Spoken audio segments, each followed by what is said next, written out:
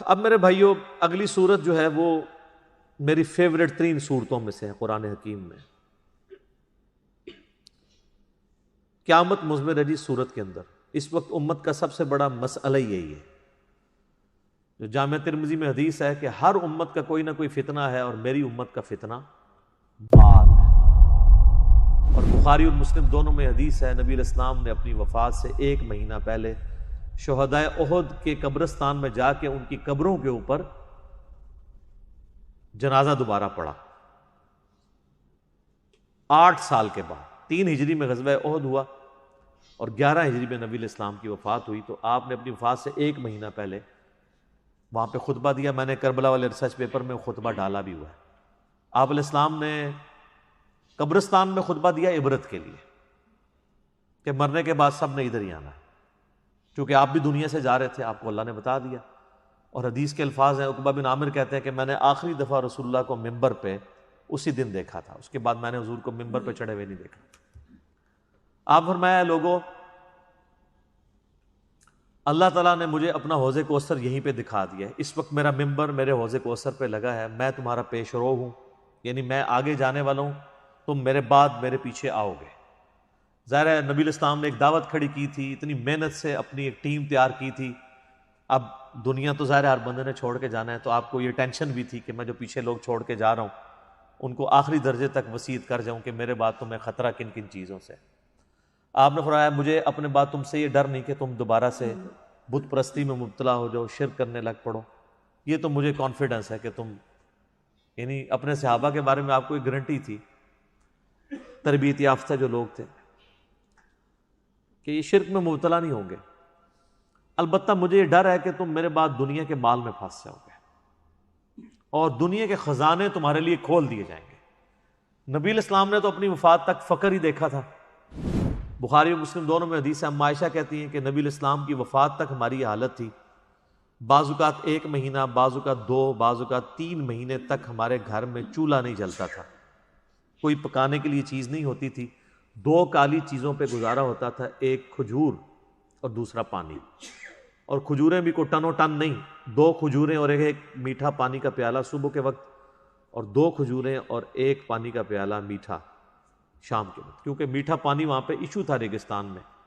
آج بھی آپ ذرا ریگستانی علاقوں میں چلے جائیں تو کتنے کلومیٹرز پیدل سفر کر کے، وہاں کی تو زندگی میں ایشو ہی یہی ہے کہ پانی بھر کے لانا ہے 8 کلومیٹر سے، اور آپ نے آٹا جو ہے چکی میں پیس کے بس روٹی پکانی. یہ ٹوٹل لوگوں کی زندگی ہے. یہ جو آپ یاشیاں جو نیٹ پہ یوٹیوب پہ بیٹھے رہتے ہیں اور فیس بک پہ، یہ تو وہاں کے مسئلے نہیں ہیں، ٹھیک ہے، وہاں کے تو مسئلے ہی کچھ اور ہیں.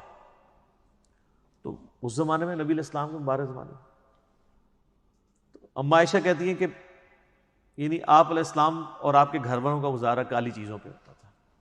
اب ظاہر نبی علیہ السلام کو ٹینشن تو تھی کہ میرے بعد جب دنیا کے خزانے کھول دیے جائیں گے. تو مسلم شریف کے آگے الفاظ ہیں اس شہدائے احد والے قبرستان میں جو خطبے میں آپ نے فرمایا کہ مجھے خطرہ ہے کہ تم دنیا کے مال میں پھنس جاؤ گے، دنیا کی محبت میں ایک دوسرے کو قتل کرو گے، حتیٰ کہ تم بھی تباہ و برباد کر دیے جاؤ گے جس طرح تم سے اگلی امتیں برباد کر دی گئی.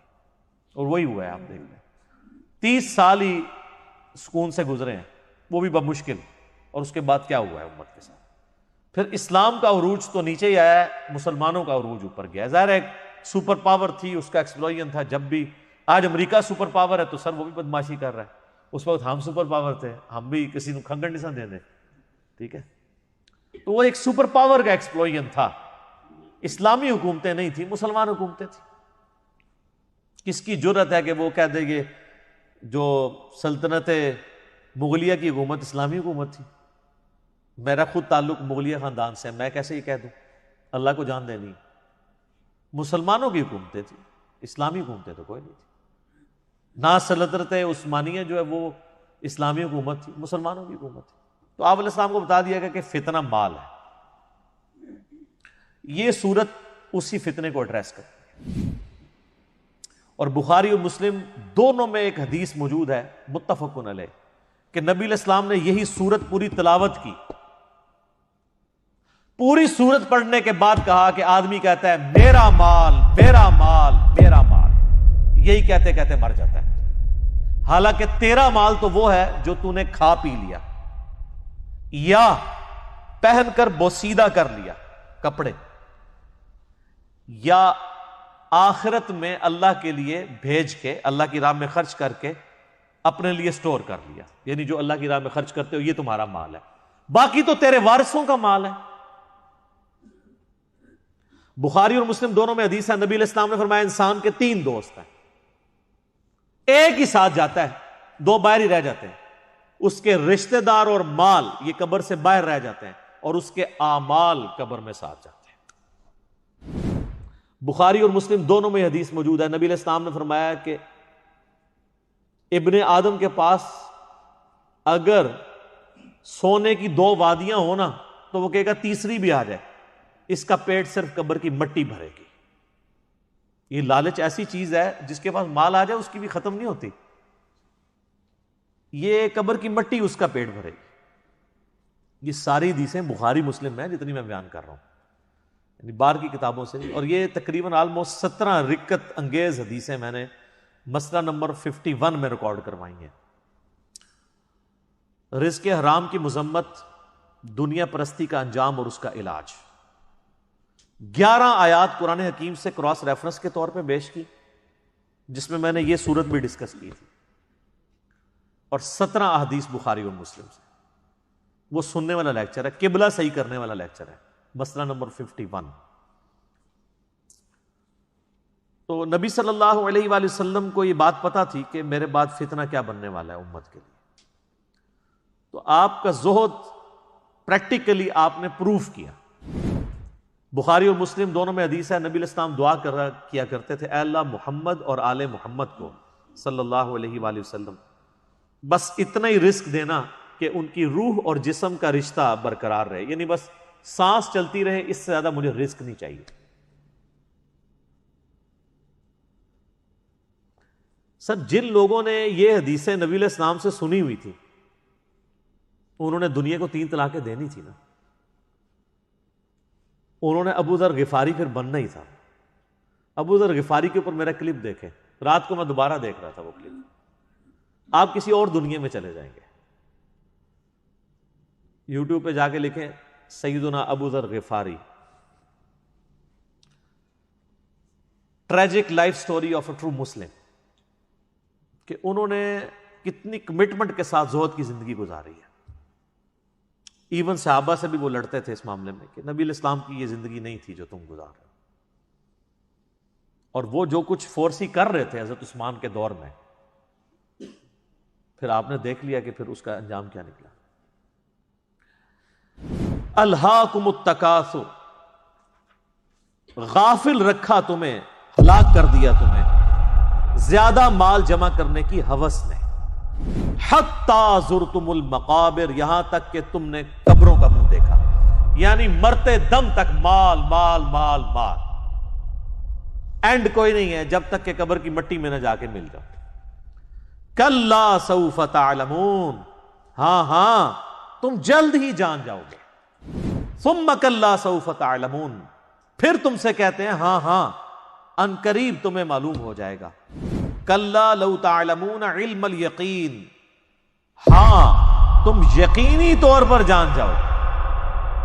یقین تو اسی وقت آنا جب چیز سامنے آ جائے گی۔ لترون الجحیم، تم دیکھ کر رہو گے دوزخ کی آگ کو۔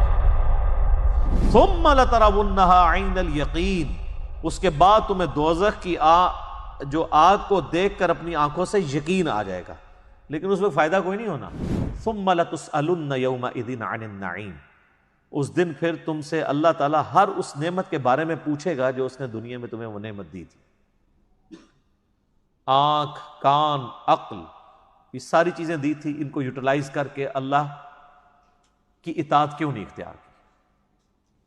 ایک ایک نعمت کے بارے میں پوچھا جائے گا۔ یہی ٹرمنالوجیز بھی تصوف کے ہاں تو بہت یوز ہوتی ہیں، علم الیقین، عین الیقین اور حق الیقین۔ وہ کہتے ہیں علم الیقین کی تو ہم زندگی گزار رہے ہیں، یعنی ہمیں وحی کے ذریعے یہ علم حاصل ہو گیا ہے کہ مرنے کے بعد اللہ کے حضور پیش ہونا ہے، لیکن عین الیقین اس وقت ہوگا کہ جب انسان مرے گا اور مرنے کے بعد ساری چیزیں اس کے سامنے آشکار ہونا شروع ہو جائیں گی، نزع کے عالم میں فرشتے نظر آنا شروع ہو جائیں گے، قرآن حکیم کی کئی آیات اس پہ گواہ ہیں. مسئلہ 117A اور 117B عذاب قبر کے اوپر میں نے ریکارڈ کرایا، اس میں آپ دیکھ سکتے ہیں.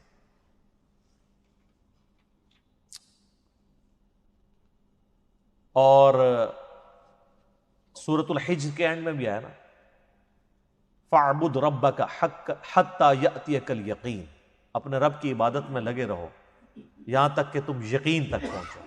یقین کیا؟ موت. تو علم الیقین تو وحی کے ذریعے میں حاصل ہے. عین الیقین آنکھوں کے ذریعے دیکھ، وہ تو مرنے کے بعد ہی ہے، نزع کے عالم میں ہے، لیکن وہ بھی بندہ واپس نہیں آ سکتا. اور جامع ترمذی میں حدیث ہے کہ موت کے غرغرے سے پہلے توبہ قبول ہے، نزع کے عالم میں تو توبہ بھی قبول کوئی نہیں. اور ایک تیسری چیز ہے، وہ ہے حق الیقین. حق الیقین اللہ نہ کرے کہ اس تک نوبت آئے. حق الیقین یہ کہ جب کسی کو آگ میں پھینک دیا جائے گا نا، پھر اسے حق الیقین ہو جائے گا جب اس کا جسم جلے گا. دنیا میں بھی آپ دیکھ لیں، اگر ہم کہیں گے جی وہ فلاں جگہ پہ دھواں اٹھ رہا ہے، آگ لگی ہوئی ہے، تو یہ کیا ہوگا؟ علم الیقین، کیونکہ آثار بتا رہے ہیں کہ آگ لگی ہے. پھر آپ قریب چلے جائیں اور آگ نظر آ جائے تو اسے کہا جائے گا عین الیقین، آنکھ سے دیکھ لیا. اور اگر زیادہ تسلی کرنی ہے تو بیچ میں ہاتھ ڈال دیں، تو جب ہاتھ جلے گا نا تو حق الیقین ہو جائے گا.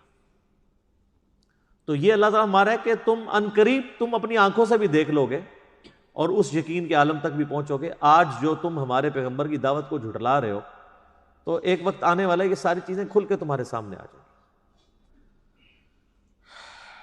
اللہم من احییتہ منا فاحیہ علی الاسلام ومن توفیتہ منا فتوفہ علی الایمان. اللہم ثبتنا علی الایمان، اللہم ثبتنا علی القرآن، اللہم ثبتنا علی الاسلام. اللہم اجرنا من النار، اللہم اجرنا من النار، اللہم اجرنا من النار. آمین.